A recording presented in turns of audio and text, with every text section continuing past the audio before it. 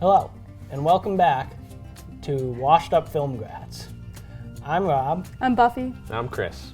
And we're here today to talk about one of Buffy's picks. This is my first pick on the show. Ooh. It is Shiva Baby, directed and written by Emma Seligman. And I'm so excited to talk about this movie. It's definitely one of my favorite movies ever. Hot take, maybe? Ooh, are Chris and Rob gonna hate it? We'll find out. This was my third time watching it. Even the movie came out in 2020, but I didn't watch it until 2022, I would say. I think I watched it in January, February, and I've seen it 3 times since then. So Okay. I loved it so much, I forced my parents to watch it, and then I forced you guys to watch it. So the story, a little unconventional, I would say. It's set over the course of one day, and it follows our main character, Danielle, also known as Danny, as she goes to a Shiva, which is a Jewish funeral type situation, and she there encounters both her sugar daddy and her ex-girlfriend, and all chaos ensues for the rest of the movie. Yes, it does. There's no doubt about the chaos. You're not wrong. Yeah. Okay. This movie, I was interested in for most. I thought it was a solid movie. I don't think it was bad. I don't think it was the greatest thing ever. Which I had heard it was kind of like Uncut Gems, and I really did feel like it was Uncut Gems with lower stakes. Like, Uncut Gems, the guy's like, life or death situation. This is not like life or death. But it did feel there were moments of like high anxiety for me where I was like, oh my God, what is going to happen here? Yeah. And I think the way they shot it really elevated that. There was one scene specifically, which I'm sure we'll talk about, where like the cinematography completely changed and it really was anxiety inducing. And I think if you want an anxiety kind of thrill ride, then this is a good movie for you. Yeah. I totally agree with that. I think that this is a wonderful example for just because you have a low budget for a movie, you can make a very high quality film. Oh, for sure. And everything about this I thought was high quality. The score plays into the stakes so much. Something I remember from my acting days was, as an actor, you have to elevate the stakes, because if they aren't high stakes, nobody's gonna care about what you have. And I thought this movie, I couldn't believe, like, from one scene to the next, how high the stakes kept getting. And the score just feeds into that so much with the, I think it's like a high-pitched, like, guitar strum, like a pluck almost. Well, it's like violin. It's like what horror movies It's a horror use score. It's a horror score, which I really appreciate when a movie that's not a horror movie will use a horror-esque score. I have some thoughts about that, about this not being a horror movie. It might be a horror movie. So it was very reminiscent of the soundtrack to like something Jordan Peele would use, I thought. Yeah. But to me, this was a psychological horror movie. Yeah. She goes through some stuff. And I don't want to say too much before. Yeah. This is your film, Buffy, so like Say what you're gonna say. I like this movie, but I hated every single character. Like, everyone in this film is just so incredibly toxic. Yeah. And she throws herself. Like, I don't want to say this is her own fault for everything that happens. It kind of is. And she doesn't ever take herself out of the situation. I get you can't just leave the Shiva, and she tried to a couple times and her parents aren't helping her case. She could have gone into another room and just locked herself in there for the whole time, and I don't think any of the events in this movie, like, after the very beginning, would ever happen. But you can say that about any movie. Yes, but, like, she just keeps making incredibly poor decisions. I agree, but I also think, to a point, she is not to blame for a lot of the things that happen. Yeah. Well, it's like when you mix what she does in her free time with the fact that, like, does she have 2 or 3 panic attacks over the course of this movie? Because I really thought they were panic attacks. I don't know if they ever explicitly Yeah, I say know what you it. mean. She only really has one breakdown, but most of the time she like leaves spaces Yeah. that are too Right, that's why I don't know if that is considered a panic attack, but like when the camera zooms in, like it looks like she's sweating Yeah. and like Yeah. she just I think the second time is when she runs outside and Maya's out there. Yeah. Yeah. And then she finally breaks down and Yeah. breaks When she everything. breaks, when she breaks the vase or whatever. There was one before that, and I think it was around the time, and I couldn't stop laughing when Max, is that his Yeah. name? Mm-hmm. He's talking to her parents, and she's trying to eat something, and then he's like, "Oh yeah, so this is our baby," and she just starts choking on her food. Yeah. Great camera shot there with like the over the shoulder, and you can Oh, tell yeah. she's listening. And Oh, that was good, yeah. And I love how the audio you are in the room. Yep. Like you are very much there, or you are in her situation, but I just can't get over her poor decision making. See, I will say this. Her relationship with Max is not her fault. It is not her fault that he's married. Because she doesn't know. Yes. She does she not has know. no idea. Yes. So I think there is no reason to blame her for that. I think she gets a lot of flack and a lot of undue pressure from her parents Yes. for her decisions in life. Her whole family. Her whole family. This is very much, which I think is a common theme in a lot of movies lately, is generational trauma is huge. And I think it's because a lot of people have generational trauma. Yeah. And I think for the first time in like, of all time, like it's okay nowadays to like take out like your generational trauma and kind of dump it, like be like, oh, the reason I'm screwed up is because of my family. Like I feel like now is the first like generation that's like we embrace that. But yeah, generational trauma, big issue, and I think that's not her fault that like her parents are putting these high expectations on her when she's just graduating college, like, and she's supposed to have her life figured out. Yep. Like, I'm glad my parents aren't putting that much pressure on me because I do How much not pressure are have my they life putting figured on out. her? A lot. They're introducing her, forcing her to interact with people. Like, Danielle, get over here, talk to this person. You need a job. Because she doesn't have a job and she's. But I get that. the way they also speak as if they're like very condescending. very to her. condescending, That's and the true, people yes. around her are very condescending Oh, I too. hated all the people. Oh, the people around her. I are don't think there horrible. was one character in this movie besides the baby who can't stop crying. that is the. What did I write down? The only sane person in this film is the baby. Because it can't stop crying. I mean, yeah. I even think Maya, other than her one slip up where she kind of calls Danielle a bad name Yeah. and kind of like criticizes Danielle, I think that was a reactionary slip up. Yeah. I do not. It was clear, I think, that she does not feel that way with the No. later conversations. Also, I don't know if we said at the beginning of this, but it's the third episode. We're talking about this whole movie. There's and spoilers. all. I was going to say that. But I wanted to go back to the horror score element Yeah. because what's really interesting, I brought the fun facts, people. Bring them to us. Except I didn't even write this down. I just listened to this Oh. specific fact. I was listening to a podcast with, I think it was either the Directors Guild or the Writers Guild with Cool. Emma. And she was describing how when she made the movie, she had no idea what the score was going to be at all. The entire movie, they were Really? shooting it. And then, so she showed the movie to the person who did the score. And the person who did the score was like, oh, you want a horror score, right? And she was like, yeah, sure. Yeah. Okay. Okay. She had no idea. I love that. Isn't It that fits. crazy? I love that work. Yeah, it worked like a charm, but it's very interesting that played out. Well, you know what it reminds me of specifically is Spencer did the same Yes, thing. same where thing. it's not a horror movie, but it leans into the Yeah. horror of her life. I thought it was a psychological horror. It kind of is, but I mean, I don't think like people expect it to be that. But Okay. it is a psychological horror movie, but they really, you wouldn't expect that, and it didn't have to be, but they lean into it, and I think it really works with that score, that violin, like high strumming, is really good. But yeah, that is a knockout of park. Yeah. Great stuff. So, some background on the movie. So it was directed at the time, and when Emma Seligman, she was 24 when she made the feature film. But originally, it's based on a short she made while she was a senior at NYU, her senior thesis film, same title. You can find it on Vimeo. It's really good. She made that when she was 22, and that film premiered at South by Southwest. Wow.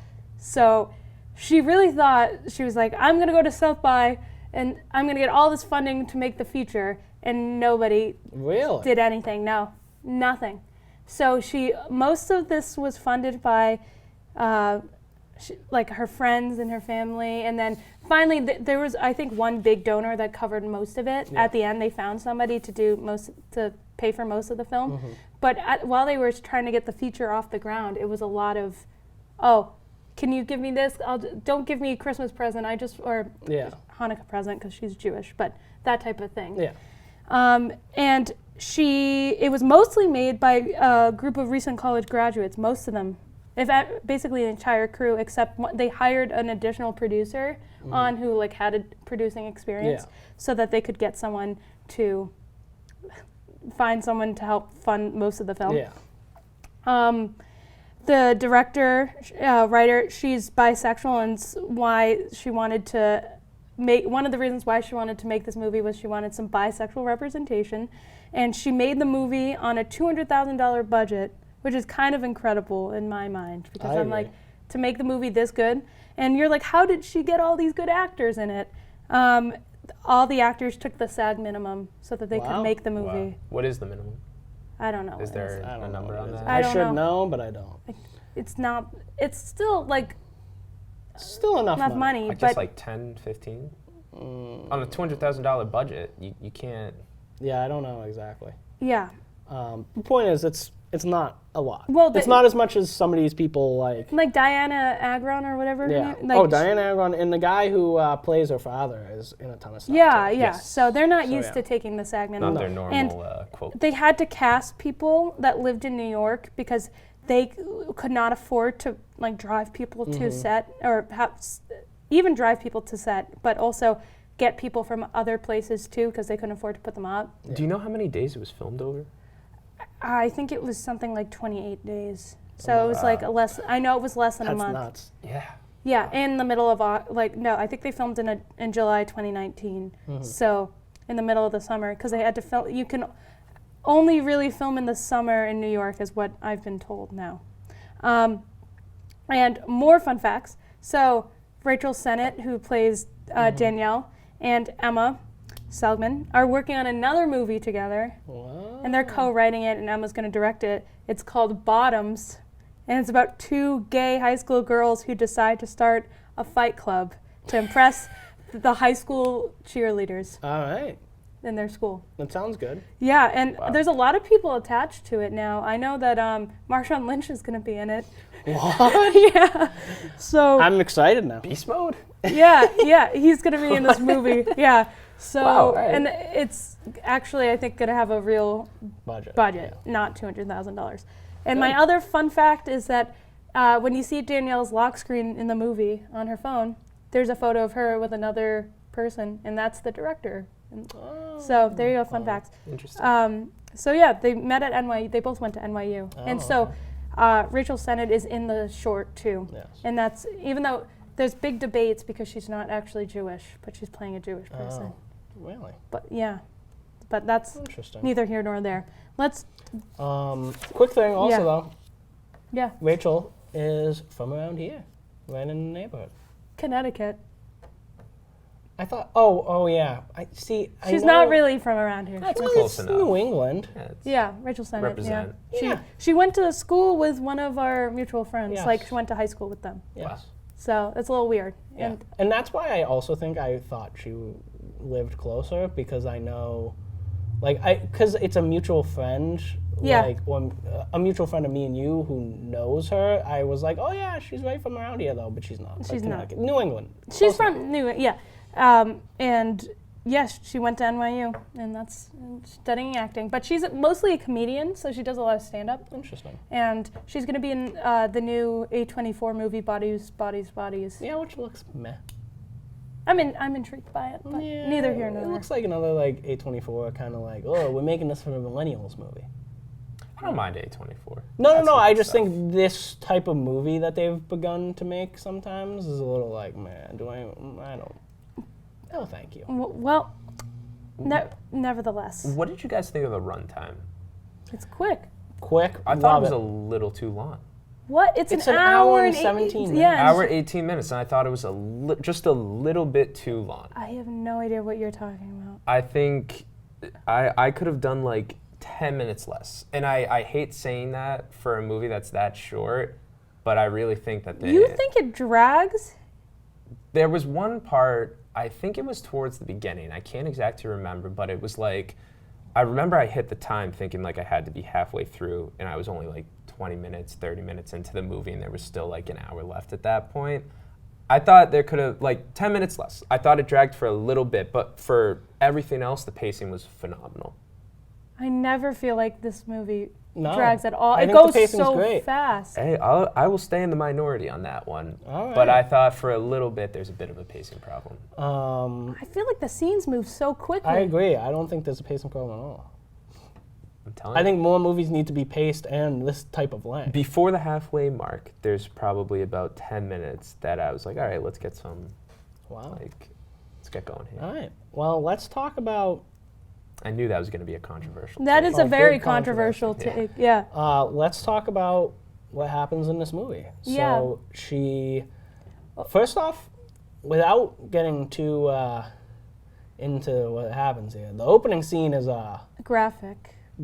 big boom, like throwing you right I into love it. It's one shot. Yeah, Yes. It's one It's well shot. done, It's well done, and and it's a great establisher for what it the really rest of the movie's gonna establishes like her relationship Yes. with Max. be. What's going on. Sets up the bracelet too. Yes. Very well. And then we go to the Shiva, and we immediately realize she has a rocky relationship with her parents. Right before they go in the Shiva, the rocky relationship kind of hits. Yes. Yeah. So it's with the voicemail that the mother leaves, and then also when she finds out they took the van, Yes. and all they care about is appearances. Yeah, I thought that was a nice touch. for sure. And then we get into the Shiva, and Well, even before they enter the Shiva, I love how the mom says, "No funny business with Maya." yes, I so mean, establishing it's- immediately establishes that me relationship. immediately that relationship, Yes. and you're like, what does that even? But more than that, it establishes that the mother knows that Maya, what's a good word for it? Like, she doesn't doubt that she's gonna behave necessarily. Like, she can be mischievous. Yeah, But also Danielle is like that too. I mean, Danielle. I said Maya. I meant Danielle. Yeah, Danielle is definitely yeah. Well, the whole movie, Maya and Danielle's parents are trying to keep them away from each Yes. other because they're fully aware of Yeah. the extent of Also- their relationship. It also immediately establishes that something like it's rocky between Danielle and Maya. Like it's not all like It's not. sunshine and rainbows. Well, they are exes. Yeah. Yeah, but you don't really ever find out why. But you're curious. Like I'm curious. Like, oh, what happened? And I mean, throughout the movie, I'm curious because they seem to get along pretty well when they're truly like together. Yeah, we get into the Shiva. It's awkwardness throughout the whole thing. There's It's so this movie is like the most awkward movie Yes. I think that Incredibly awkward. I've ever like my seen. second degree like awkwardness from it is like severe. See, because this was my third time watching it, it's not as like Well, it yeah. doesn't feel as awkward. But I remember the first time I watched it, my palms were like sweating of how uncomfortable. Well, if I was in that situation, I'd wanna like You'd leave. You would but she leave. tries to leave so many She does try to times. leave. Go in a room and lock the door. But they still have to keep the appearance of like she's there because of appearances, and she also knows that the appearances matter to her parents, and that she can't just like run out of that. But she does some questionable things while she's there that feed into, as I was saying, poor decision making. I think the only mistake she makes in this movie is when she's in the bathroom with Max. I agree. That's the only mistake. What That is about when she sends him a message from the bathroom? Well, that's all when she tied knows together. that his wife is there. That's a little. When she knows that the yeah. wife comes in and she, So those two things. those are pretty big. But I think what is interesting about it is that, so in the first scene, the opening scene, she seems distant from him. But as soon as she finds out he's married, I don't know if it's because she's mad he didn't tell her and she like is angry about it, or if she actually has feelings for him. I think it's further both. throughout. I don't yeah, think it's either. You don't think she has feelings or that she's mad that he's married? I think it's a You think it's power play? little bit power, but it's also like, I don't know if craving attention, but thinking that Max was so into her and she was like the only woman, and then she finds out that he's married and has a family. And honestly, I mean, Danielle, yes, he pays her for whatever it is that she does, but when it comes to it, she's very insignificant in his life. Like, if he wanted to, he could go find someone else on the app and call her in to do a surgery. I don't think that's true at all. I think he's got some sort of feelings for her. I do agree that he likes her, but if push came to shove, like, at the end, obviously, he says, like, this is over, which, like, it's kind of... Clearly. Yes. But it's implied that, I think it's implied, that he's been spending all his money, because the wife says, oh, he... like expensive things, and he likes to go out to dinner with his friends. He's spending all the money on her. But he's spending it on her. Yes. So I think it's implied that he's invested in their relationship. And I think they're both invested in There's something about her that intrigues him. I think she likes the attention.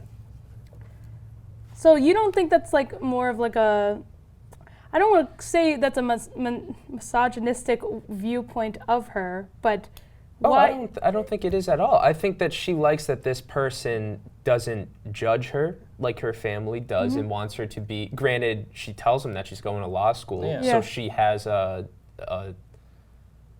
image of what she should be, or an ideal of what she should be. And I don't mean to sound like... No, but I want you to keep going. But I certainly believe that she might have some emotional investment in their relationship, but I really think it's about the attention. She likes that this person looks at her, that she is doing something good, whereas everyone else, she thinks that everyone looks at her as a failure. But you don't think, in a way, all relationships are that? That all romantic relationships, the reason you're in a romantic relationship with someone is because they see you in a way that isn't just... I think the reverse is more interesting, that if you are only in the relationship because you like the idea that someone likes you and wants to give you their undivided attention, I think that's a problem. So you don't think she has the interest in him? Not enough. I think she's interested in him. I think she is, but I also think... I get your point, though. Like, I see what you're saying, especially, and I think the thing that supports your point the most is the opening scene, where she can't wait to get away. And all she wants is the money. She wants the money. But then I still think when she feels betrayed when she finds out about, and I think... Which she might not even have realized at that point in the beginning that she was interested in him until the idea of him not being available is clear. And I don't think it's not just because of the money. I think it's because she actually has these feelings invested. And it's the theme, according to the director, she said, this is a quote, "I feel like it's pretty universal. A lot of young women, young people, not having self-worth beyond sexual validation. I think it's something that hindered my self-acceptance in college, since it's something I focused a lot of energy on." So I think, in a way, she feels the only way that she can feel self-worth, because she's struggling in everything else, is in her relationship with him. Because he pays her for sex. And I think that really nails it on the head. It's a power dynamic. I think it's more than the money. I think she finally has one person that would do anything for her, and that she's good enough for him, sexually, and that gives her validation in life. But when she gets beyond that, and she's like, oh, there's way more. I'm way more than this person. That's why she can open up to Maya and later on. So she does eventually get past that, and I think the relationship with Maya helps my theory out, because she realizes that she actually cares about Maya, where the whole sexual validation thing, when she feels inferior to Max. Not Max, to his wife. What's her name? Diana Agron's character. I don't know, but it is Diana Agron. When she feels, which, love her, she was great in this film. She's really, really good in this movie. She kind of plays that like stone cold, like what did they say, like a girl boss who's stressed? Yes. Nails it. But to try to feel validated when she finds out he has the baby and everything, she sends him the pictures and she gets him alone in the bathroom, and that's how she tries to win him back, through the sexual aspect. Yeah. But I want to say, like, I do agree. I think she has some level of emotional investment. She has to if she keeps going back to him. Yeah. Her parents give her money. She could get money. Yeah, she doesn't have to do this, but she does anyways. It definitely I'm still confused where her money is going. Like, does she just use it She probably just buys whatever she Things. wants. Is she in? She graduated. She's just about to graduated. graduate. Okay. Which my other thing is, the one thing I would have loved to know is what her true motivations in life are. Because maybe she is just like, and she kind of says that, she just like, when she has her breakdown, she's just like, I have no idea, like, I don't know, like, I don't know what's wrong, I know nothing. She wants to impress. No, but Without- but I'm curious what she really, at her core, wants to do. Because even though, like, sure, like, everybody's had that, like, oh my God, I have no idea what I'm doing, I have no idea what I want. Like, I feel like there's always at the core, even if you may, like, hide it away, because of, like you can't, like, be a dancer. Or I think they might even mention it at one point, she wants to be an actress. Yeah, she does. But I don't think it's clear enough that she doesn't express clearly enough to me that that's what she wants. Like, I would have loved to know. I don't know if she does want that. It's really, And that's the thing. She Like, does I want to comedy. know. I want to know what she really, truly, deeply wants. I don't think she knows. And maybe she doesn't. And I think that's the whole point. Is Right. the movie is definitely you're closing in on. We're recent college grads. What are we doing? You know, that feeling of like We are podcasting. we're doing a podcast right now for Bolton Access Television. That's what we're doing. But you know, that anxiety. Yeah. I think it's very real. I think there's that also that idea that her life can go in many different directions too, which a lot of us feel is relevant also. So, back to the plot though, because I think we can walk through the story. So we talked about that scene where Danielle chokes on the bagel when she finds out Max has a baby. Then the baby shows up and everything, and the baby's screaming. Who brings a baby to a Shiva? That's a quote. That's a good quote. The baby's screaming, and the dad holding the baby is like it's one of the most uncomfortable moments. And he holds that baby. I didn't even realize this For a lot. for a lot of the movie. Yeah. And it's It doesn't gross. beat the end. With the end with the van. We Oh, can, when we they're can all, get to the we'll van. get to the van. The van. van. So there's also a scene that I wanted to highlight where we really get to see the Maya and Danielle dynamic start off is when Danielle's just trying to get away from whatever situation she's in, whatever happens, and then she's like, I'll go clean up the throat, puke, and yeah. Maya joins her, and then they're in that room, and I love how the parents, both of them, keep peeking in, like, what are they 'Cause they doing? think something They think weird is something going funny on. is going to happen. But I think that does a good idea of, you know, establishing, like, the different relationships between them, but also Max's relationship with his wife and that type of thing. I think one thing I really was shocked by, which I guess it's up to interpretation. I feel like whether the wife knows at the end. Oh, she does. She knows. Yeah. Okay, so she does know, but I was surprised. I thought there was going to be a big blow up.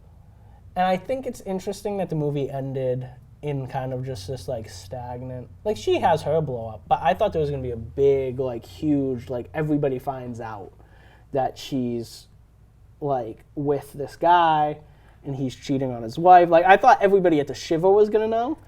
And I was surprised that didn't happen, but I kind of liked the almost cathartic way it ended instead. I thought everyone knew. I thought it was clear, at least the... Oh, see, I think only the wife. I think knows. Maya figured it out. Maya Well, knows. Maya we know. The Maya, mom yeah. knows. Mom definitely The knows. mom knows because... Okay. And we'll Yeah. tell the father. Yeah, and yeah. So, I think the people that need to know. right. I guess that's true, yeah. Like, I don't think you need to have everybody at the... What are they going to announce? It's so unrealistic for them to announce. I've Well, been not announced, sleeping... but I thought someone was going to, like, find out and then everybody was going to know and there was going to be this big uproar. So this is, Yeah. I guess, about characters, but finding out and stuff, I've been dying to talk about this. So you know how, like, I have, like, a list of, like, my favorite characters across, like, Yeah. any all movie? movies. Well, I don't exactly have a list of people I just, like, despise, but I'm pretty sure Max would be on that list if I did have, of characters Yeah. I just, like, and it's not that, sucks. good actor, like, great performance, I Yeah. thought, but just the character of Max, Sucks. Yeah. yeah, I wanted to punch him in the face. Yeah. He's horrible. He's not a good person. And I think that...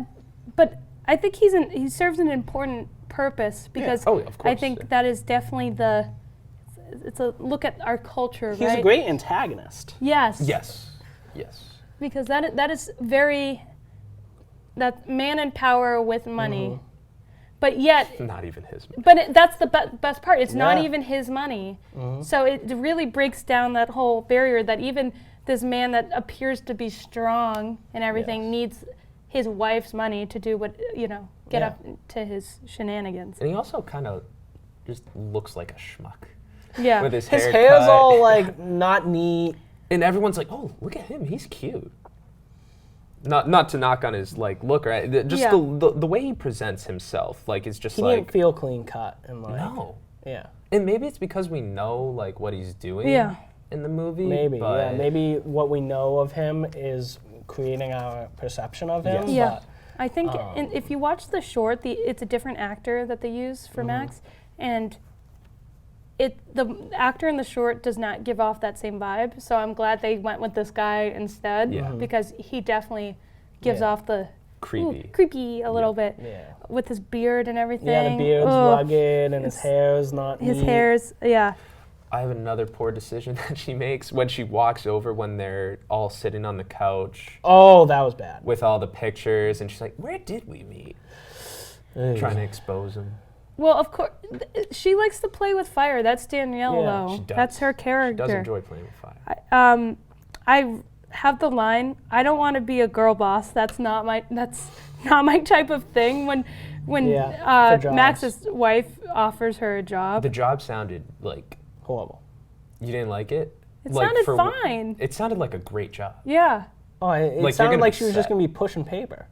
No, it sounded like she was going to be an assistant to all these important people. Yeah. I thought she was just going to be pushing No, paper. she just Maybe I turned down misinterpreted. this job because of her pride about Max. Well, I mean, you can't take that job. No, I know you can't. It's not what she wanted to Oh, do, no. but still. No, but I mean, you can't take that job because it's with your sugar daddy's But wife. the way that she says, Yes. "I don't want to be a girl boss," Oh, to yeah. her, that immediately that changes the entire dynamic sure. because Max's wife is very nice up until that point, and then she's like stone cold. And also, all the respect that should be there, she just threw that out the window. Yes. Oh, yeah. And she's talking in a, like I just did. She keeps saying in her words. Yeah. Just sounds like a kid. She doesn't need to be mean to the wife.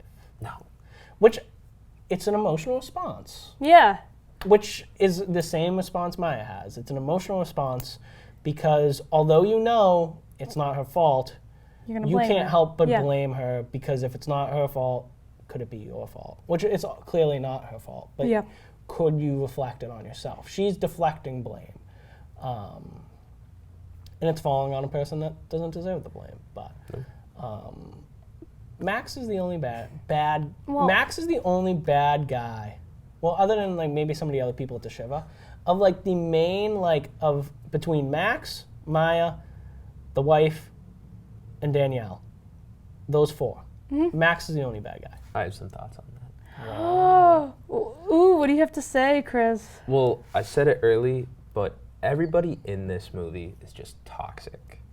And I agree that Max is the bad guy, but everybody in here does something questionable or that I think there's a difference between doing something that could be questionable or bad and being a bad guy. Oh, I agree with that. I think he's a bad they're all guy. flawed. They're all flawed. But it's that makes it entertaining. yeah, it's though. like For All Mankind. You wouldn't Yes. call Oh, all yeah. those people bad people. They just make bad decisions. I have the examples written down that I would like to talk about. Oh, talk about them, okay. Chris. Yeah. Okay, so obviously Max is pretty, Self-explanatory. Yeah. We got that. The viewers got that too. and he is a very good antagonist, as Yeah. you're saying. And down to his core, he is the only bad person Yeah. in this movie. Danielle, I already talked about some of the questionable decisions that she makes. Yeah. Yes. I also thought that her personality, very bland. For everyone to be talking to her, and I don't know, it just did not seem that her personality would reflect how everybody speaks of her and puts her up into this light. And I think that feeds into she doesn't know what she wants to do, and maybe she's a little confused about where her future is going to go. And I think that's really good for her character to be that way. But it's interesting because there's so much, I don't know about so much, but her character arc, I feel, is pretty good, or at least it's... She actually does change and evolve throughout the movie. She does, and I feel like her personality is not the biggest.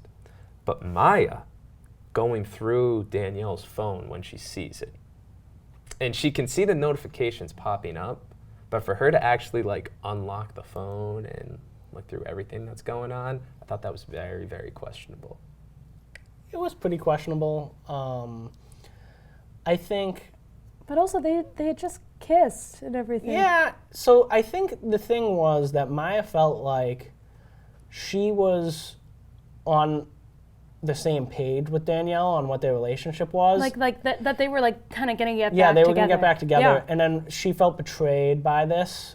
And all she had to do was see the notifications. Yes. And then, like, you're Well, that's like... what I mean, yeah. I think at that point you're like, well, I need to know exactly what's going on. And again, I think what she says to her too is such a reactionary thing and not how she actually feels. Agreed. Yes. And I think that's clear by the ending, that they do care about each other. And I think they are the people who should be together. And I think they both understand each other and understand through their families what they go through. And I think that's important for the two of them. You didn't to think have. Max and Danielle should be together? Nope. Not one bit. Definitely Do you not. think Max and his wife should remain together? No. So I want to just Max is going to be on the street. Yeah, that's true. Because he has no money anyway, so it doesn't matter. He's going to be off the app. No money. No, exactly. I think another thing I wanted to talk about is we'll talk about the character dynamics, but more specifically, I wanted to talk about the scene with Maya and Danielle outside. When I wrote down the interaction where Danielle says to Maya, "I miss you," and Maya says, "Sick," and then they kiss. Very middle good. school. It's very middle school. It's very like immature kids, which Yes. I appreciated. I'm just shocked that they were making out with like people right there. Like they kept framing it from that wide shot with the people right there, and I'm At like, in the window. no, not even in the window, Around but then the the corner. wide shot around the Smoking, corner where people are yeah. smoking in front. I'm like, I think you're trying to keep this secret, aren't you? Because I feel like your parents don't want people to know this, and I don't know if you want people to know this, and you guys are just making out with people right there who just have to like look over and see you guys making out. But I think that It's real. The passion. the passion. real. It's them. real. It's raw. Yeah, it's the passion, it's the emotion. It's because they love each other, and they really do miss each other, you know? The fire still has a flame. Yeah, that's right, Chris. I love that scene, and I love good. that like the framing of them in the corner kissing, and then with the woman in the window. I think it's beautiful, and It's a well shot movie. You can't argue that. the cinematography is so good, and the tight, intimate shots, Yes. handheld. Oh my gosh, makes it so anxiety-inducing, and that's why it's so nice when we get them outside, and then we get to live in the wide a little bit because it's very. The set too, very close quarters, very claustrophobic, Very. and so many people in that small house. I also liked when there were these close shots that the conversations would be quick cut. Yes. Like, but you wouldn't necessarily flip angles. You'd like sit on her face. I remember one shot where I don't know why I'm gonna draw. You're not gonna see it as the audience. But she's in the two. It was like Maya's mother or another character and Danielle's mother framing the two ends of the shot, and then her in the middle. And you wouldn't see their faces, but you just focused on Danielle's face, and she's kind of like racking with this like craziness going on around her. And I thought that was really cool. It's really well directed. The direction is like very much Well written. it's well written. There's so many memorable lines in this. Like, you look like Gwyneth Paltrow on food stamps and not in a good way. Goodness gracious! That was one. I think that was my the favorite. weight line. thing. Oh my God! When the they're whole all thing. Yeah, Oh my gosh! the I'm just like, pressure. she looks fine. but they're like, you lost weight. You got to eat more food. Oh my gosh! Yes. Well, also, again, that feeds into that she, I don't know if it's anxiety, not No, I'm thinking back to the Rocketeer. That was really the nail biting. But she also bites her nails, and Maya tells her not to bite her nails. But the scene that really got me, besides the panic attacks, was when she first steps up to the buffet or whatever you want to call it. Yeah. And she puts all the food on her plate, then takes it right back off. Like she goes back for more and slides it off. Yeah, and then at one point, when she is high, like, anxiety, she, like, grabs food and just shoves it down her mouth. And then her mom's like, aren't you a vegetarian? And yeah. Like, it's very interesting how they use the food as a sort of prop for her anxiety. It's definitely a busy action almost to, like, manifest it. Well, it's like in Ocean's 11. Brad Pitt just, like, is eating in every scene. That's every movie, though. Brad Pitt is always eating. I have heard that, but I just rewatched Ocean's 11. And I rewatched Ocean's 12, which I think might be better than Ocean's 11. Totally separate point. That's a hot take. It's a little bit of a hot take. Totally separate thing, but it's nice when characters aren't just standing and like... Oh, this movie does not get boring in terms of that at all. They're all moving. Yes. I think it's during that scene when Danielle goes to look over and starts saying, "Oh, where did we meet?" Where that old woman's looking at on her phone, and this photo's at the Holocaust Museum, and then the line where Danielle says, "Oh, you guys are at the Holocaust Museum. You look so happy." Oh my I was gosh. like, I'm like, what the heck? She's so awkward and horrible. Even she's a jerk to everyone who comes up to talk to her. Yeah. And some people are kind of a jerk to her too. They're all passive aggressive. Like, everybody's so passive aggressive in this movie. Oh, incredibly. To finish the movie, eventually the wife finds out about this, and then we have, Danielle has this mental breakdown. She knocks over this glass. After being forced to hold the baby. Before getting to that, just real quick, this was shot in real time, right? I think if it's not, it's pretty close. Yeah, it seems pretty Other close. than the first scene? Yeah. Yes. Yeah. I believe so. There's not much time where you're left without seeing the characters. Because I wouldn't believe that they were at the Shiva for more than an hour. Yeah. Agreed. Or much more, anyway. Yeah. Well, she didn't even go to the service, so. No. Yeah. That was a great plot point. Oh my gosh, when that scene that's like one of the first Maya Danielle scenes where it's like, oh, what was your favorite part of the service? The whole thing, or all of it. So good. Or what did she lie about? They used to play a game with, when she's asking the mother who died. It's bridge, right, or something? I think she tells Maya, I used to play bridge with her or something like that. But it's true. And then the mother's Which like, yeah, was you remember? Funny. Used to play bridge. Yeah. But she was like, and she gave herself credit. She was like, oh, nice. But the use of the baby, perfect. Yes. Especially that scene when the camera lens, they put a fish eye on. Yes. That was the scene I was mentioning earlier where the cinematography was great. It really throws you out of it. Like, you're like, oh my God. Is that the one when she's sweating, like, right before the It's breakdown? like the shake baby. The shake. Is that when... They're singing. And they're, like, holding her up. They're kind of holding Danielle Yeah, up. The parents are, yeah, I got you. Great scene. Great stuff. Great scene. I said it once, I'll say it again. The baby is my favorite character in this movie. It's a cute baby. But it just cries the whole time. And who says that the baby wasn't cute at the beginning of the movie? The mom. I think the baby's cute. I thought the baby was dope. Yeah. And she's dressed in that little cute outfit. It's adorable. Cute baby. But then the end. Let's talk about the van. How about the old lady? She also makes my bottom 5 characters ever. She's like, I don't want to be here either. And what do they say? She's like, didn't she have her license taken away? Oh, that old lady. And they go, oh, she's fine. Don't worry about her. Oh, yeah.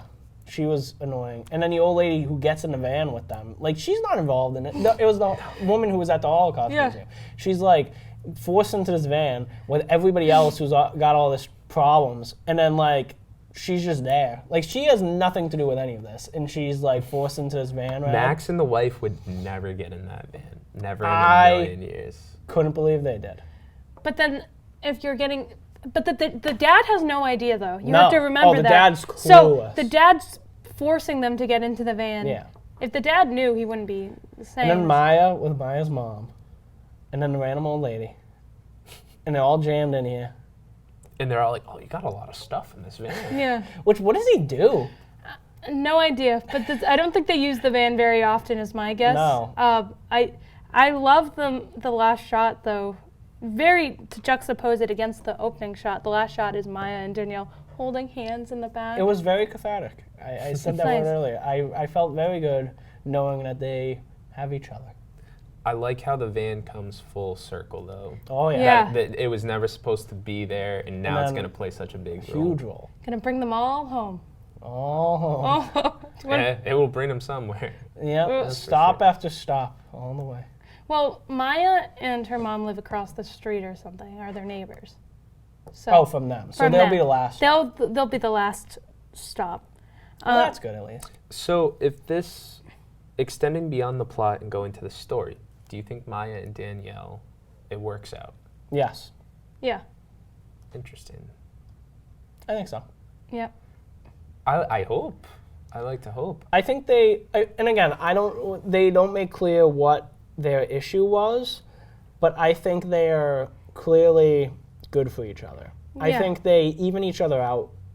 They're competitive in a good way. Yeah. Yes. And they're compatible. Yep. And they have Competitive, compatible, the complicated complicated. Wow. and layered. Look at us. Well done. They've got layered. Wow. They're layered individuals. Okay, let's rate this movie, I guess. I'm a 3 1/4 star. I just can't believe you don't think this movie is even more better than Arsenic and Old Lace. Yeah, I did. It's a 3. It's a, Arsenic and Old Lace. so you put it, but you only put it above. Oh, well, explain your reasoning. It's around average-ish for me. Okay. I think it's a well-made movie. I think it's well-paced, and I think it's a good movie. I just don't love it. And again, it's a little around average-ish, above average. You know what? You might have convinced me into 3. I feel like if it's more, how is it only? I'll call it a 3.5. Yeah, that's what I really not to sway your opinion, but that's what I feel like you. And I think talking about it when I just talked about it, I gained a little bit more of a. Yeah, I was gonna say I feel like you liked this movie much more than you liked the last movie. Yeah, so 3.5. Out of Okay. 5. We'll give it that. Chris is gonna give it like a 2. No, I like the movie. Okay. It's the characters that I don't like, but I'm so invested in it, and I think there's a lot to be said about that. Was it my favorite movie? No, it's a good movie. So I'm gonna stay par for the course for where I've been with the other 2 movies. I'm going to once again give it a 3 1/4. Chris Alright. always gives it the same review. Hey, listen, I respect that there needs to be a base. And if there's a base, a 3 1/4, that's the middle, right? Yeah. Like if that's the middle. I think 3 most is the middle. movies, yeah, 3, Yeah. a little above 3, whatever. If 3 is the middle, and that's average, like this is how, like, Yeah. you know, you get a 70, that's average in school. Which I always thought was a little lame when teachers said that. But anyways, we're going to establish that, Yeah. like, if 70 is the middle ground for a movie, then that means most movies you see should be a 70, a 3, or 3.5. Now I get it. We're trying to show movies that we think are elevated. Like we're not thought- watching every movie that came out this year. In that case, everything should be a 7.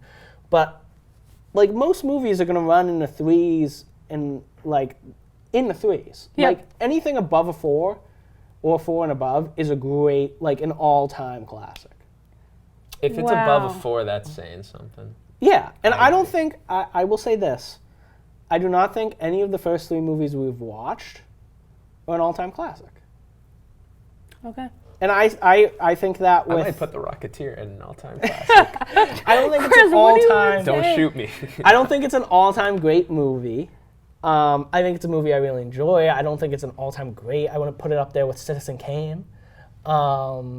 But I do not think any of these 3 movies we've watched is an all-time classic, and that's okay. Not everything So has to be an every all-time movie classic. above a 4 has to be an all-time Not classic. an all-time It's classic. That's what you're gotta be saying. pretty No, darn but good. I'm thinking anything I put like a 4 and above is where I'm getting into the greatness. Because I'm gonna put this at a 4 1/4. Wow. And I think because of the direction and the writing really elevates it for me. But Fair enough. that unpopular. I don't blame you. 4.25. Hey, if this is, listen, the other thing is that people are going to understand, and the viewers, we all have very different tastes in movies. Yep. Very different tastes. That's right. We do. And this movie very much aligns with your taste, Yep. which is good. There's nothing wrong with that. But we do have different tastes. So there's going to be times where we don't agree. This is a time where we kind of don't agree. I still think it's a great movie. It's a very good movie. I do not think it's upper echelon. I do not think it's in the fours. It is very But that's well okay. done. And I've said that many times. Very but well from done. the script to the cinematography Yeah. to the acting performances. Yeah. Yeah. I just don't think it gets into that top tier. It doesn't get into the top tier for Rob. That's okay. All right. think that's right. So now Oh, we are going to do Buffy's 1 minute. yes. My Recommendation. 1 minute recommendation, people. If you All liked right. Shiva Baby, This is a movie that you then also. Buffy's movie will Yeah, be you'll also like this movie. Okay. Ready? Yeah. My movie that I've selected is Yes, God, Yes from 2019. Have you seen that? No. Nope. It's directed and written by Karen Maine. It's her directorial debut. And it stars Natalia Dyer. Many know her as Nancy from I've heard Stranger about Things. And it's set in the year 2000. And the logline is a Catholic schoolgirl finds herself having tempting thoughts after an AOL chat turns unexpectedly racy. And because of this, she's sent to this Catholic school retreat where things take a wild turn. And again, it does play with those themes of like young adults, sexual awakenings, that type of thing. And I think this is a very well done movie. I think it's on Netflix. So if you have Netflix, check this movie out. I love this movie. It's great. I think I need to rewatch it, actually. cool. Yeah. All right. Well, there's your weekly recommendation. And big news. We are now starting a mailbox. So people who watch a movie, if you watch a movie that, number one, we have talked about in an episode, please send us a review or what you think of our thoughts. If you watched a movie that we recommended based off of like one of the movies we've seen, so if you watched Yes, God, Yes, and have thoughts and want to talk about it, send in a mailbox. Or if you have a recommendation for us, if you want something for an episode, maybe one of us has seen it and the other two haven't, we can talk about it. And the mailbox is going to go up in the bottom of the screen. It's also going to be in the description for the video. It's washedupfilmgrads@gmail.com. So send us an email with any thoughts, and we might highlight it on the show. So I think that is a wrap for our third episode of Washed Up Film Grads. Well, thank you guys for watching. Yep, thank you guys for watching, and we look forward to next week's episode. Hope you do too. Have a good one. Bye.